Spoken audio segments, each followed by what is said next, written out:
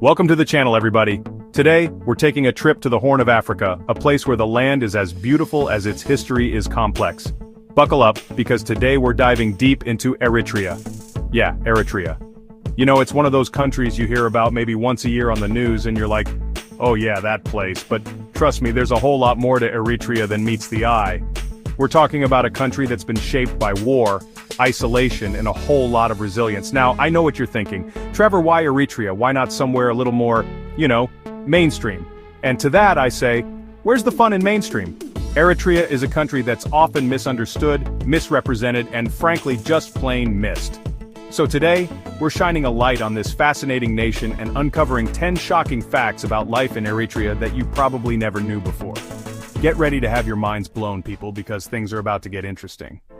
Welcome to Voyage of Nature, where every stone has a story, every breeze carries a mystery, and nature reveals its hidden wonders. In the delicate dance of raindrops on leaves, the gentle landing of a butterfly, or the powerful crash of waves on a rocky shore, we find the intricate details of our world. Explore, discover, experience. Subscribe to Voyage of Nature and join us in this incredible journey. For those of you who don't have a PhD in African history, which, let's be honest, is most of us, Eritrea gained its independence from Ethiopia back in 1993 after a 30-year war. Yeah, you heard that right. 3 decades of fighting for the right to be their own nation. That's longer than some of you have been alive. And let me tell you, this wasn't just some small-scale conflict. It was a brutal struggle that claimed the lives of tens of thousands of people and left scars that are still visible today. But here's the thing about Eritreans, they're some of the most resilient people on the planet. They fought tooth and nail for their freedom, and when they finally won, they were determined to build a better future for themselves. Of course, like any post-war nation, Eritrea has faced its fair share of challenges in the years since independence, but we'll get to those later. For now, just know that this is a country with a history as rich and complex as its people. Okay, so remember how we talked about Eritreans being resilient? Well, this next fact really takes the cake. In Eritrea, every citizen is required to complete mandatory national service. Sounds pretty standard so far, right? Many countries have some form of mandatory military service, but here's the catch. In Eritrea, this service can last indefinitely. That's right, you could be called up to serve for years, even decades, with no end in sight. The government argues that it's necessary for national security, given the ongoing tensions with Ethiopia.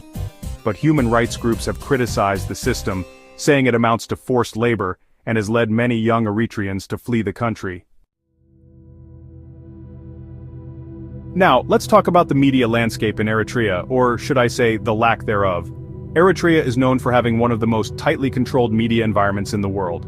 We're talking no independent newspapers, no private TV stations, just government-run media outlets that toe the party line. Think about it. Imagine a world where everything you read, watched, or listened to was filtered through the lens of the government.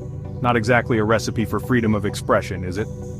Critics argue that this lack of media freedom stifles dissent and prevents Eritreans from having access to diverse perspectives. The government, however, maintains that its control over the media is necessary to protect national unity and prevent the spread of harmful information. It's a debate that has raged on for years, with no easy answers in sight. Despite its small size, Eritrea is a melting pot of different ethnic groups and languages. We're talking about 9 distinct ethnic groups, each with its own unique traditions, languages, and cultural practices. You've got the Tigrinya, the Tigray, the Saho, the Afar, the Bilan, the Nara, the Kunama, the Rashida, and the Hidareb. Try saying that 5 times fast. This diversity is a testament to Eritrea's rich history and its location at the crossroads of Africa and the Middle East. It's a country where you can hear languages spoken that date back centuries and witness cultural traditions that have been passed down through generations. Let's shift gears for a second and talk about something a little lighter. Architecture, specifically the unique Italian colonial architecture found in Eritrea's capital city, Asmara. Now I know what you're thinking. Italian architecture in Africa? Are you sure you got your facts straight? And to that I say, trust me on this one. Asmara is like a little slice of Italy plopped right down in the Horn of Africa. and it's absolutely stunning. We're talking about buildings with sleek, modernist designs, charming cafes that wouldn't be out of place in Rome, and wide, tree-lined boulevards that make you feel like you've stepped back in time. It's no wonder that Asmara was designated a UNESCO World Heritage Site in 2017. It's a testament to a bygone era and a reminder of the enduring legacy of colonialism. Religion is a complex issue in Eritrea, with the government officially recognizing only 4 religious groups: Sunni Islam, Eritrean Orthodox Christianity, Roman Catholicism, and Evangelical Lutheranism. Now, if you're keeping track, that leaves out a whole lot of other faiths, and those who practice unrecognized religions often face persecution. Not exactly a recipe for religious harmony, is it? The government argues that its control over religion is necessary to maintain national unity and prevent the spread of extremism, but critics say it's a violation of religious freedom and has led to the imprisonment of many people simply for practicing their faith. Eritrea's economy is heavily reliant on agriculture, with a significant portion of the population engaged in subsistence farming. We're talking about people who are literally growing food to survive, not exactly a recipe for economic prosperity. The country also has some mineral resources like gold and copper, but development has been slow due to, you guessed it, government control and a lack of foreign investment. Add to that the fact that Eritrea has been hit by a series of droughts in recent years, and you've got a recipe for economic hardship. It's a tough situation, and many Eritreans struggle to make ends meet.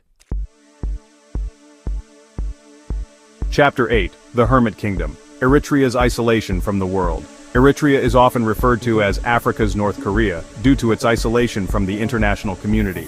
And let's be honest, that's not exactly a flattering comparison.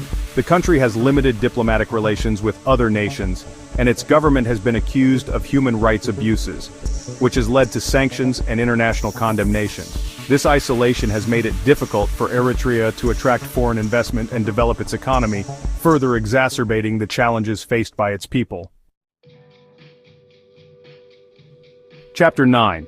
A Cry for Help, Human Rights in Eritrea. Human rights groups have consistently ranked Eritrea as one of the worst countries in the world for human rights. We're talking about restrictions on freedom of speech, assembly, and religion, as well as arbitrary detention, torture, and forced labor. It's a grim picture, and one that the Eritrean government has repeatedly denied. But the evidence speaks for itself. Thousands of Eritreans have fled the country in recent years, risking their lives to escape persecution and seek a better future for themselves and their families. Chapter 10. Hidden Beauty, Eritrea's Untapped Potential. Despite all the challenges we've discussed, Eritrea is also a country of stunning natural beauty. We're talking about pristine coastlines, rugged mountains, and ancient archaeological sites just waiting to be explored. One of the most breathtaking destinations is the Dahlak Archipelago, a string of islands in the Red Sea known for their crystal-clear waters and abundant marine life. It's a side of Eritrea that few people get to see, but it's a reminder that even in the most challenging of circumstances, beauty can still be found. Outro Eritrea, a story of resilience and hope. So, there you have it, folks. 10 shocking facts about Eritrea that you probably never knew before. It's a country that's often overlooked, but as we've seen, it's a place with a rich history, a complex present, and an uncertain future. From its hard-won independence to its ongoing struggles with poverty and human rights, Eritrea's story is one of both resilience and hope. It's a reminder that even in the face of adversity, the human spirit can endure. And who knows, maybe one day Eritrea will be known not for its isolation or its human rights record, but for its stunning natural beauty, its vibrant culture, and the indomitable spirit of its people. It's a future worth striving for. Thanks for watching. If you found these facts about Eritrea fascinating, make sure to like, comment, and subscribe for more intriguing content from around the world. Until next time, stay curious, my friend.